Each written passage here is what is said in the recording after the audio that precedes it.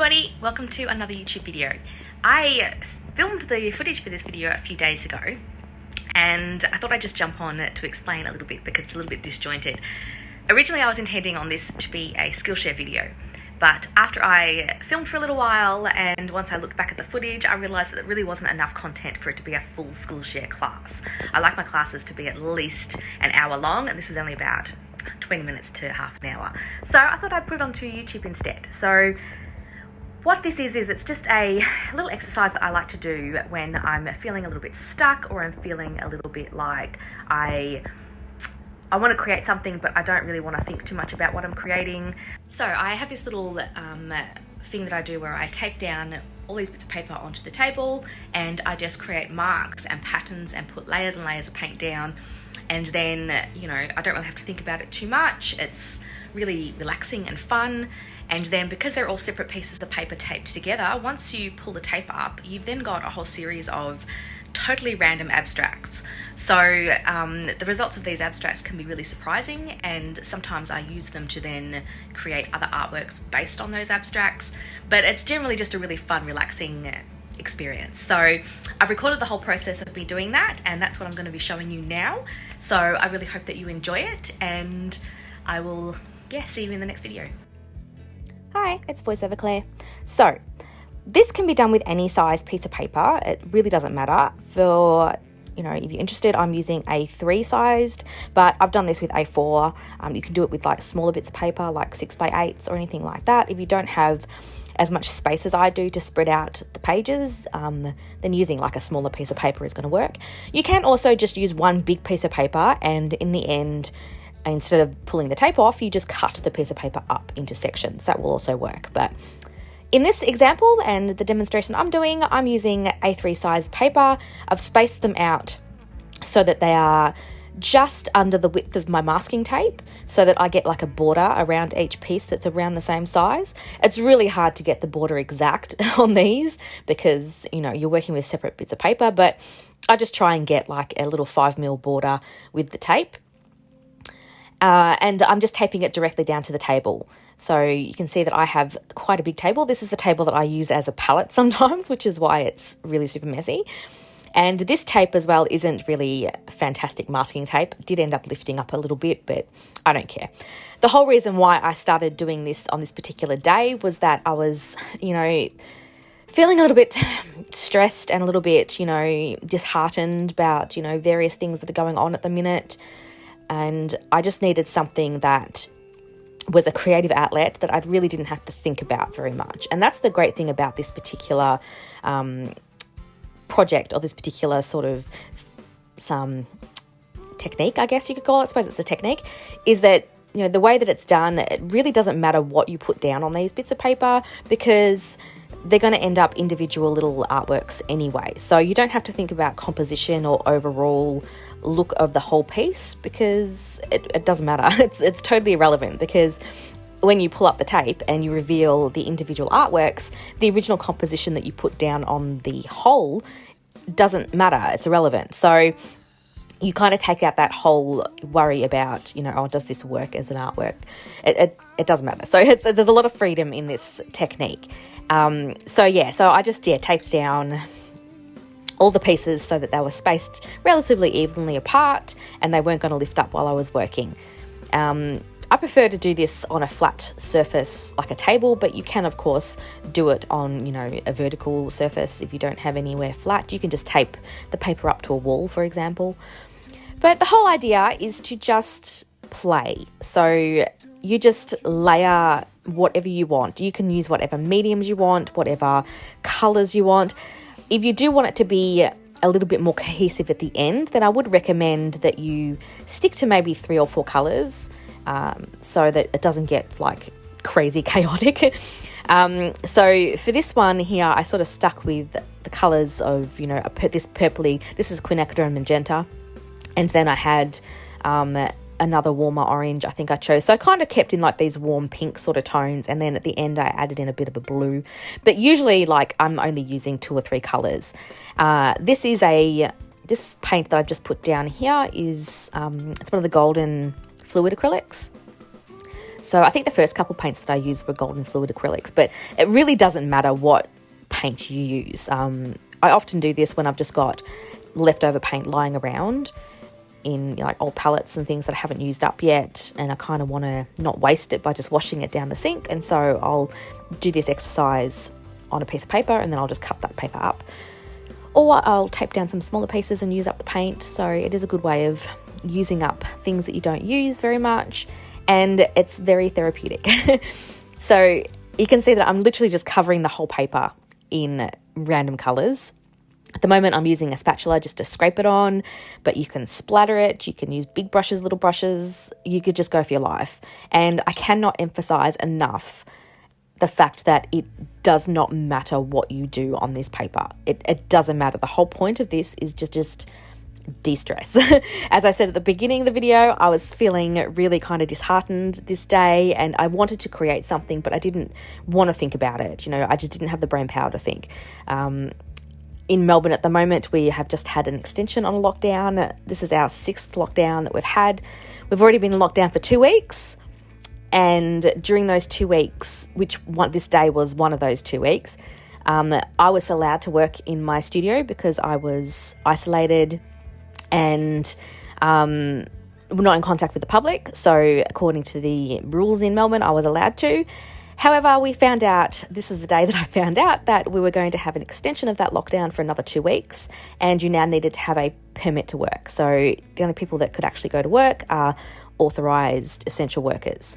And even though I am in my studio alone with the door shut, I'm not in contact with public, this new rule means that I can't come to my studio anymore. So I now have 2 weeks where I'm stuck at home, not able to paint in my studio. So this was filmed on the last day of being able to go to my studio, and I was just feeling really annoyed. Look, I totally understand, and I'm not saying that I don't agree with the restrictions and what the government is doing. I totally know that we need to do this. It's more just a frustration that I'm not able to work in my studio, even though I'm not in contact with the public or anything like that. And also this newest increase in the restrictions, or the extension of lockdown, meant that again, for the second time, I've had to postpone my birthday weekend. My daughter and I were planning on going into the city this coming weekend to spend the weekend doing all sorts of things for my birthday, which my birthday was back in June, and this weekend was planned originally for sometime in July, and that had to get cancelled due to a lockdown, and now that weekend has been cancelled again because of this extension. So I was just feeling like, just over it. So yeah, I just needed to do something that required no brain power and just, relax, because it's just gotten to the point where it's, I feel like I can't plan ahead for anything. I've got workshops coming up in both New South Wales and Queensland and Tasmania, and at the moment we're unsure if they can go ahead because of lockdowns in all the states. It's not just Victoria at the moment. All the states of Australia have COVID outbreaks, and so borders are closing, and it's just really, frustrating because we can't plan ahead for anything. So yeah, so that's what was going through my head at the moment, and so I just wanted to unleash frustration onto some artwork. So it's just a matter of layering, and because this is acrylic, like I paused the video every now and then and did dry my layers, and then I recorded again. So you don't see me actually drying, but in between a lot of these layers, I did use my hairdryer to dry out the paint. But it's just a matter of layering randomly. Quite often I actually have my eyes shut completely when putting down some marks, because sometimes you get really focused on where you're putting things, and like I said, it doesn't matter where you put things. So if you start to feel as though you're getting really locked into, making it perfect, close your eyes. You can see even here, like with this paintbrush, I'm holding it right at the very end of the brush because I want to have as little control as possible. I don't want to make definite, obvious marks. I just want the brush to move around, spread out this sort of light blue paint in random areas, random brush strokes, and keep it really loose and expressive. And so, yeah, a really good way of doing that is just to hold your brush really loosely. And this is quite a long brush, so, the further back you hold it, the less control you have over the marks that you're making. And just experiment with like marks that you can make with your brush. Like this is a really, really good chance to just do all these things that you wouldn't normally do on a quote perfect artwork. It's, you know, because this is not about perfection, or it's not really about even creating something that is, you know, something specific at the end. You know, if you finish this whole process, you can just throw these in the bin. You don't need to do anything with them. But if you're happy with them, obviously you can keep them. And I've never done this process and not been really surprised and happy with the results. I find that I'm always like, it gets to a point where I think, yeah, this isn't going to work. But once you divide up these bits of paper, they become really, really interesting individual artworks, because you're not really thinking about each individual page while you're creating. You're just putting down marks. So you end up getting this really random abstract shapes and cropping and compositions that you wouldn't intentionally make. So yeah, anyway, I think this is more fluid acrylic. This is some of that original magenta that I started with. I'm just creating a bit more of a more saturated version of that color. And the really good thing about this particular table that I'm working on is I can actually get to it from two sides. If I pulled it out a little bit, I could actually get it from three sides. So I can change the direction that I'm painting in. If you can flip around your, you know, papers. So for example, if it's stuck to a board, and all the paper's down onto a board, you can pick the board up and rotate the board around. Or like this, where I'm stuck to a table, I am able to move around the table and work on it from different directions, because that's going to help create that randomness as well. You become a little bit less precious about it, what you're doing. I tend to sort of vary marks as well. So I make sure that I'm doing some marks that are smaller, some marks that cross over more than one piece of paper. So you can see that I'm not just, you know, making everything stick to one piece. I am moving it around and making sure that some of the shapes that I'm creating go over more than one piece, because that's going to make a really interesting artwork once you pull the tape up, because bits get cut off.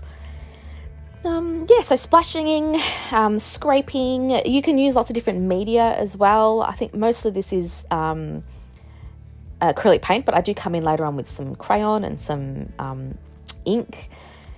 I found like some of it was a little bit getting too wet, so I just pulled out an old piece of like butchered paper and just mopped up some of the marks. That's something else you can do just to create a little bit more texture. It's really, the whole process is all about creating interest and texture and just playing. So don't worry about if you've got drips and drops and, you know, random bits. All that randomness adds to the finished artwork. And yeah, so the other thing that I did mention earlier on, sticking to a limited palette. I mean, look, you've heard me banging on about limited palettes for ages. I always paint with limited palettes, and I cannot recommend anything more than working with a limited palette, because everything that you throw onto this canvas or paper, even though it's random marks and random shapes and colors, if you use the same colors, then it's going to work as a whole. So even this lighter pink that I'm using here, it's just the quinacridone magenta that I just put down with white in it. So when I say a limited palette, I'm really meaning that, you know, you pick maybe 3 or 4 colors. You can mix those colors with each other, and obviously you can add white to those colors to change the values. But as long as you stick with that original grouping of colors, everything that you put down is going to work really well. So this orange that I'm mixing up here is made from that original darker orange that I put down earlier. I can't remember what it was called. I think it was something burnt orange. It's another golden liquid color. I did use a little bit of the Australian sienna, which has the same sort of tones to it, that same orangey tones to it. And yeah, lots of mark making. So yeah, this works on lots of different scales. You can do this with watercolor, ink, colored pencils even. Like I said, if you don't have as much space as this to do it on like a large scale, you can just do one piece of paper, and then at the end just divide that paper into 4 and cut that paper up, or you can even divide it into 6 and cut that paper up, and you'll be left with these little cards of, random patterns and colours on them. But yeah, I just did this to relax. This was actually the second one that I did. I did another one of these before I recorded it with a totally different colour palette, and I will show you those at the end of the video. I'll show you what those artworks look like. But yeah, while I was doing this the first time, I'm like, going through all these things in my head, thinking all the things I have to do. And I'm like, okay, I need to do some more Skillshare videos. What can I do at home? And that's kind of what I was thinking. I'm like, all right, I've got 2 weeks where I'm at home. So what can I do? And I thought, all right, well, while I'm here, let's just film another Skillshare video. And I thought, okay, what can I do? And then I thought, well, why don't I just do this? Since I'm already doing it, why don't, once I finish this one, start a new one and just film the process? And so that's what I did, and that's why I now have this process filmed. But as I said briefly in the beginning, it ended up really not being long enough to be a full Skillshare class. And by this stage, I didn't have time to record any more footage.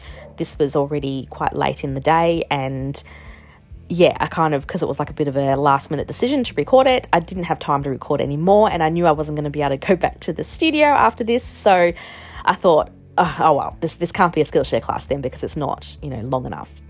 So then I thought I'll just put it on YouTube instead. So that's how you guys are seeing it now. But yeah, so for the next 2 weeks, I am going to be trying to film some stuff at home. I am actually working on a bit of a project that I'm hoping to release in a couple of weeks. I may have mentioned it on my Instagram stories, I don't remember. But I'm actually working on a 6-week course that people will be able to do online. And that course is actually focused around finding your style and finding your voice as an artist and how to actually go about that, and some really practical activities that you can do over the course of a couple of weeks to help refine your ideas and focus yourself as an artist and work on creating a collection of artworks that are cohesive and will help you sort of explore your style and really cement what it is you want to do as an artist. So I am working on that at the moment. I haven't filmed anything for it yet. I'm mainly just working on the lesson plans and how I'm actually going to teach you how to do this. So once I've finished all those lesson plans and the planning side of things, I will start to film them and then, obviously release it as a class. So that is something that I will be working on while I'm at home, and I can't really do any, larger artworks. But, and also, yes, I will be filming another Skillshare class as well, just not this one. I'm thinking, I did a bit of a question on Instagram the other day, and a lot of people said they wanted to see some more floral classes, so I might film a few more floral type of Skillshare classes while I'm at home. So yeah, I've got the 3 kids that are at home. Well, I call them 3 kids, but one's 19 and one's 16, so they're more teenagers really. But 2 of them are still doing schoolwork, so I do have to help my youngest with his homeschool stuff, which is a challenge because he doesn't really like school very much and he doesn't like doing work very much. So motivating him to do work is hard. So I will be doing that as well, and generally just trying to relax and think positive and hope that this will be the last lockdown that we have for a while. The vaccination rates are going up, and so, I think we're all hoping that once the majority of the population has their vaccinations, we'll be able to sort of go back to semi-normal life. And yeah, so you can see that as I'm waffling on and, talking away, you can see that this, schmozzle is starting to come together. I have added in a little bit of, I was using Neocolor, the water-soluble crayons by is it Coranda Arch, I think the brand is. I used a little bit of that, and I'm now using this is just an ink-based marker. I think this is actually one of the Jane Davenport ink pens. She has a variety of ink pens, and this is one of them. And I'm just using this to do some smaller marks. So I should have mentioned as well, another tip when you're creating this kind of artwork is to start with really large, broad, expressive marks, and then work your way down to smaller details. So you can choose certain areas to add extra details into. So you can see I'm just doing some really detailed kind of leaf shapes. I kind of wanted to theme this with, you know, a bit of a floral, natural kind of look to it, which is what most of my artworks involve. So that's why I'm sort of doing some leaf shapes and some floral elements. And yeah, I find that starting big and then working your way to smaller details works really well, because if you add in too many smaller details to begin with, they tend to get lost and covered with other marks anyway. So it's usually better just to leave those smaller details until the end and the final, you know, layers of colour. And so, yeah, I just added in some shapes. And yeah, I was pretty happy with how this was looking at the moment, but I did think that I needed to add a little bit more contrast. But, you know, again, I honestly wasn't really thinking anything in particular about what I was doing. It was just, hey, I feel like putting something here, so I'm going to put it here. And that was about it. But, you know, I like to move around and add different things here and there. If it works, it works. If it doesn't, you can just paint over it. You know, it doesn't really matter. But, yeah, this was starting to look really interesting.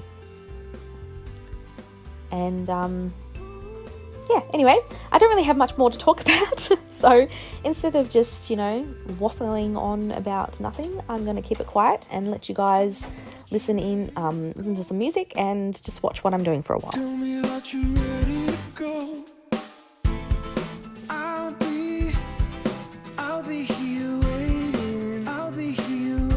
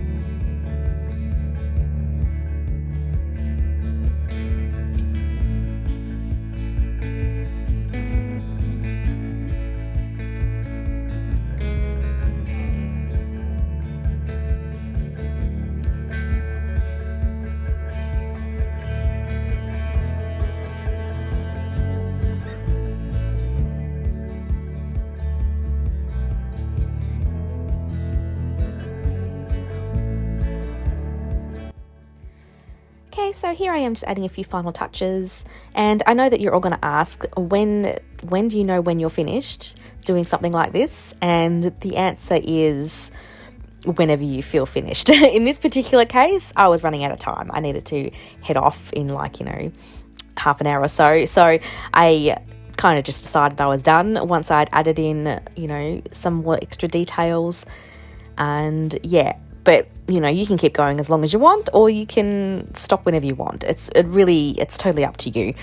But this is what it looked like towards the end, and looks super busy, and that's how I like things. You obviously don't need to make it as busy as this. If you want to keep things a bit more simple, then just stop in an earlier stage. But here is the ultra satisfying tape peel. So you can see that, as I said at the beginning, this tape really wasn't that great. And so some of the colours have bled underneath. So I don't have a perfect crisp edge around everything, which is, A shame, but it happens. And some tips for peeling off tape. This, as I said, isn't particularly good tape, so it's not that sticky. But if you do find that your tape is sticking too much, you can use a hairdryer.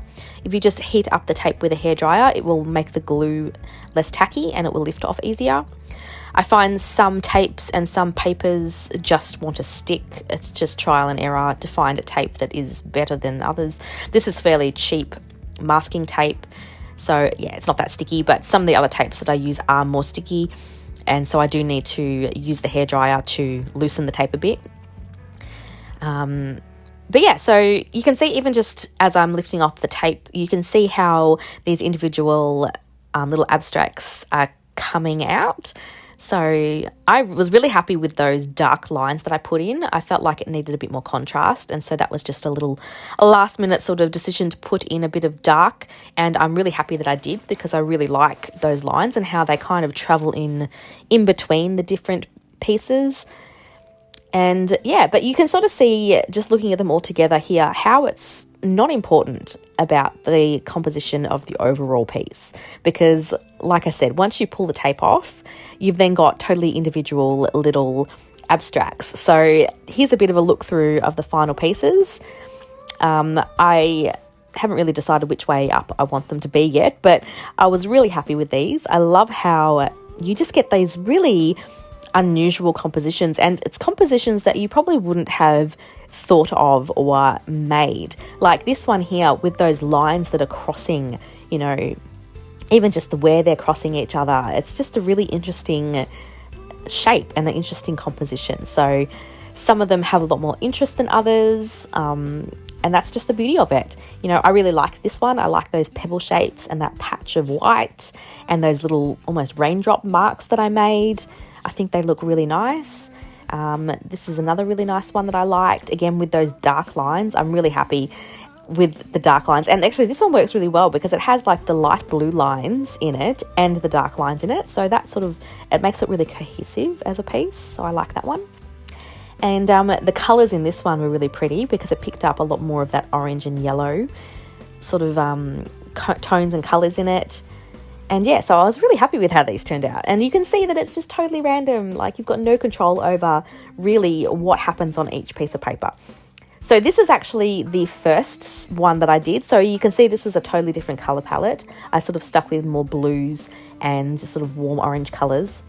And I also didn't put quite as much detail into this one. This was a little bit less detailed and textured. I kind of kept the individual elements a little bit larger and less fiddly, I guess you could say. But it's, yeah, still turned out really well. Like, I really love this one. That's probably one of my favourite ones. I love those really big, bold graphic leaf shapes that I drew in and all the texture that's on these.